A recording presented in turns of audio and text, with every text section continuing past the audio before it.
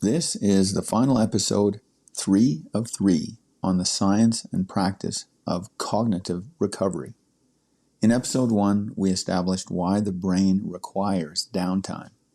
In episode 2, we established the distinction, what counts as real downtime and what does not. Today, we build the system, a daily protocol that is as intentional and structured as your training.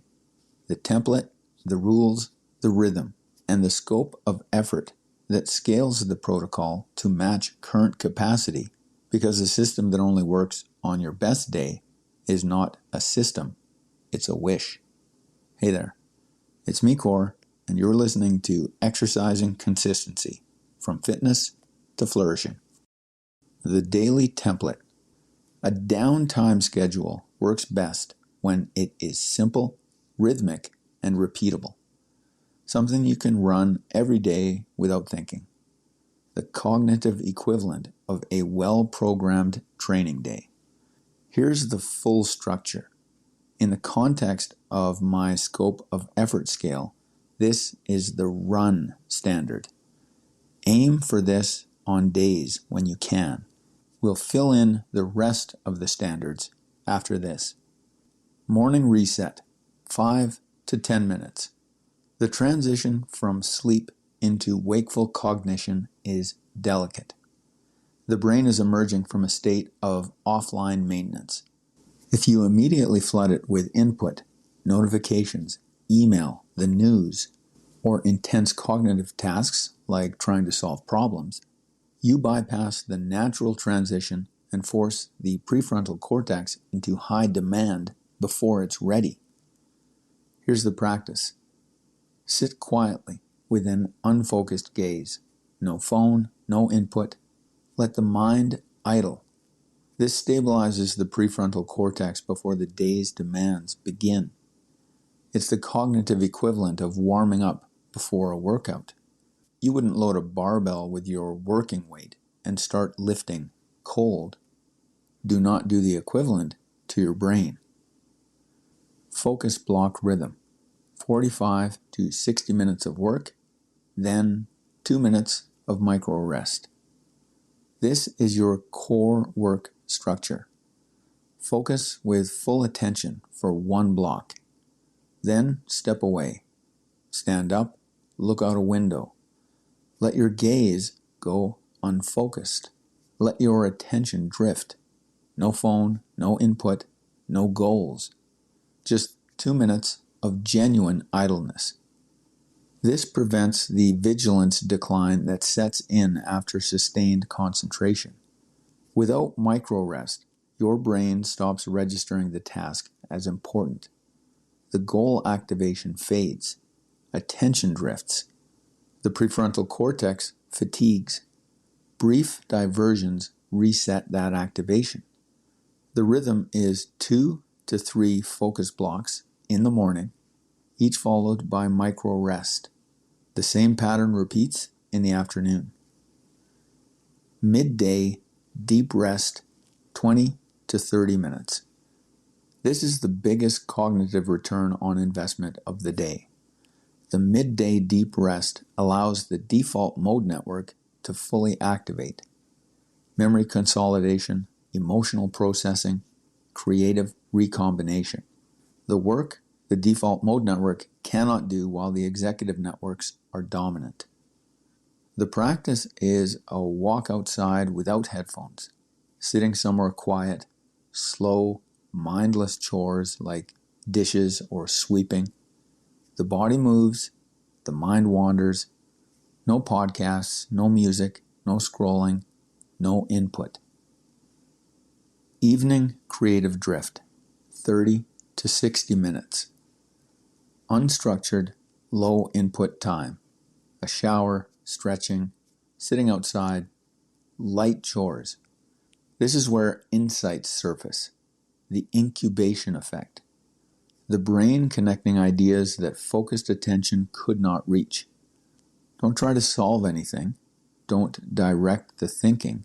Let it drift. The goal is not to generate ideas. The goal is to create the conditions under which ideas generate themselves. The scope of effort. The full template is the target, but a system that only works under ideal conditions is a fragile system. The scope of effort scale gives you 4 operating modes. Each preserves the behavior. The only variable is how much of the template you execute. Crawl, micro rest. This is the minimum that preserves continuity, the standard you can meet on your worst day. Crawl for cognitive downtime is the micro rest rhythm. 1 to 5 minutes of genuine idleness after every focus block. That's it. No morning reset, no midday deep rest, no evening creative drift. Just the micro rests that prevent vigilance decline and keep your prefrontal cortex from burning out completely. On a day when conditions are at their worst, when time is compressed and demands are high, you still take a couple of minutes between blocks. Crawl keeps the recovery pathway alive. It's small enough that skipping it feels absurd, and because it is that small, the behavior survives. 2 minutes of movement for the body, 2 minutes of idleness for the brain. The same principle, the same floor. Walk, morning reset. Add the morning reset to the micro rest rhythm. 5 to 10 minutes of quiet sitting to start the day, plus the 1 to 5 minute micro rests between focus blocks. This is what you can comfortably expect to execute as you go about your normal daily tasks and routines. It's not aspirational, it's sustainable. Run, full template. Here you implement the full template. Morning reset, micro rest rhythm, midday deep rest, evening creative drift. This is what the day looks like when everything falls in line. Your plan, the circumstances, and your execution. This is what you aim for. Fly, extra time. Here you have bonus time you didn't expect. You can implement the full template, plus an extended creative drift or a longer midday deep rest because the schedule opened up.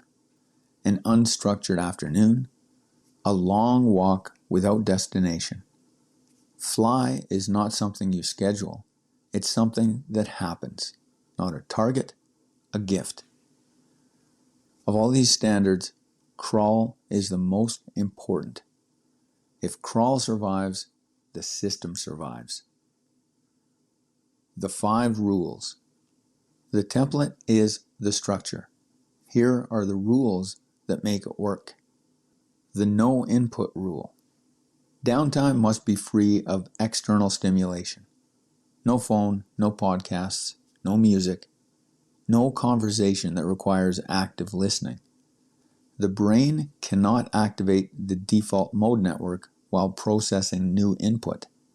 Even fun input blocks the recovery process. The single most common failure here is treating entertainment as rest. It's not. If your eyes are on a screen, if your ears are receiving language, if your thumbs are scrolling, you are not in recovery mode. Rest before depletion. Do not wait until you're exhausted. The point of micro rest is to interrupt the accumulation of cognitive fatigue before it becomes a deficit. If you wait until the tank is empty, a 2-minute break will not refill it. Rest on a schedule, not on a feeling. The feeling of depletion is a lagging indicator. By the time you feel it, you have already been operating in deficit. Environment shift. Move your body to signal the mode change. Stand up during micro rest. Walk outside for deep rest. Change rooms for creative drift. The physical transition reinforces the cognitive transition. The brain associates locations with modes of operation. If you try to rest in the same chair where you work, the executive networks have a tendency to stay primed. Idle tolerance. Boredom is productive. The first few minutes of genuine downtime feel restless. The mind reaches for input. The impulse to check something is strong. That impulse is the brain's addiction to stimulation. Let that impulse pass. The default mode network activates after a few minutes of genuine idleness. The restlessness gives way to a different quality of attention. Idle tolerance is a skill. It develops with practice. Consistency beats duration. A daily rhythm of short breaks outperforms occasional long ones. The brain builds the recovery pathway the same way it builds any pathway, through repetition. 2 hours of downtime on Saturday does not compensate for 5 days without micro rest. The system works because it is daily. Crawl over playing catch up. The floor over the ceiling. The weekly and monthly pattern. Daily downtime is the foundation, but the brain also benefits from extended recovery at longer intervals. Once per week, schedule a longer block of unstructured downtime. 1 to 3 hours. No agenda, no screens, no obligations. A walk, time in nature, getting sunshine. The extended window allows deeper default mode network processing and more complete attentional restoration. Once per month, schedule a half day with no agenda, no screens, and no obligations. This is the cognitive equivalent of a deload week in training. The accumulated fatigue of weeks of focused work gets a genuine reset. The brain integrates experiences that daily downtime cannot fully process. This is periodized training for the mind. The daily micro rest prevents acute fatigue. The weekly deep rest processes accumulated experience. The monthly reset consolidates and restores at the deepest level. Each layer depends on the layer beneath it. Skip the daily, and the weekly cannot compensate. Skip the weekly, and the monthly reset is less effective. The rhythm is best when complete. The final word. Consistency is more than mere effort. It's the rhythm of your operation. Training provides the stimulus, but recovery facilitates the adaptation.